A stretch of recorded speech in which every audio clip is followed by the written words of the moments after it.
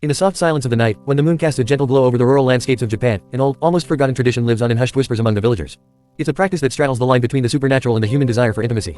Yobai, a term both shrouded in mystery and drenched in controversy, was once a ritual of sneaking into women's bedrooms under the cover of darkness, a tradition that, although distasteful to modern sensibilities, had its roots in ancient customs. The story begins in a secluded village nestled in the misty hills of Kyushu, where old traditions die hard and the past refuses to be forgotten. Here, in the years following the Sengoku period, when the country was still healing from the scars of war, the practice of Yobai was common. But for the residents, it was more than just an act of secret desire, it was a rite woven into the very fabric of their lives. It was a cold, crisp autumn night when Takeshi, a young and curious farmer, heard the first whispers of the tradition. Takeshi had grown up hearing the elders speak in hushed tones about this ancient practice, but it wasn't until his 22nd winter that the notion began to take root in his mind. The village was quiet, as usual, with only the occasional croak of a distant frog breaking the stillness. Takeshi had always found solace in the peace, a peace that covered up the unspoken. But this night was different. There was an energy in the air, an ancient pulse that seemed to call to him from the depths of the village's past. He had been working late in the fields, his back sore from the day's labor, when his grandfather called him over. Old and frail, the man had a presence that seemed to command attention, despite his years. He motioned Takeshi closer with a knowing smile, the kind that spoke volumes without words. "It is time," his grandfather said softly. Takeshi was puzzled. Time for what? But his grandfather's eyes twinkled with secrets. "You are of age now, Takeshi. The tradition must be carried on." "What tradition?" Takeshi asked, his voice barely above a whisper, even though there was no one else around. His grandfather leaned in, the smell of old wood and rice wine heavy on his breath. "Yobai, the night ritual. You must understand, it is not what the world thinks. It is a dance, a connection, and a passage. You will find out when the time is right." The cryptic words echoed in Takeshi's mind as he lay in his straw bed that night, the fire crackling low in the hearth. Sleep came in waves, the night pulling at him like a tide he couldn't escape. And then, at the stroke of midnight, he heard it, the sound of footsteps, light and swift, outside his window. He sat up, heart racing, wondering if it was the wind or something far more dangerous. The next morning, the village was abuzz with talk of a strange occurrence. A woman named May, a widow who had recently moved to the village, had reported an unusual visitor.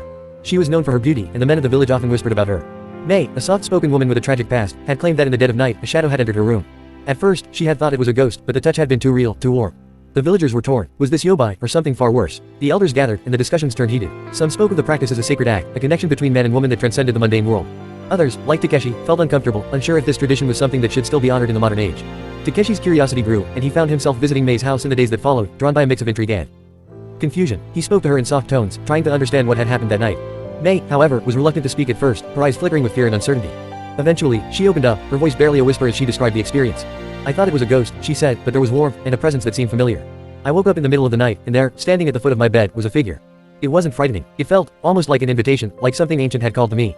I wasn't sure what to do, so I did nothing." Takeshi listened intently, his heart pounding in his chest. He had heard of the legends of yokai and spirits, but this felt different. There was no malevolent energy, no darkness. Just a presence, a quiet beckoning from the past. The next night, Takeshi decided to face the ritual. He had heard the whispers from the elders, the stories passed down through generations. Yobai wasn't merely an act of intrusion. It was a test, a passage into adulthood, a test of character and respect for both the past and the woman involved.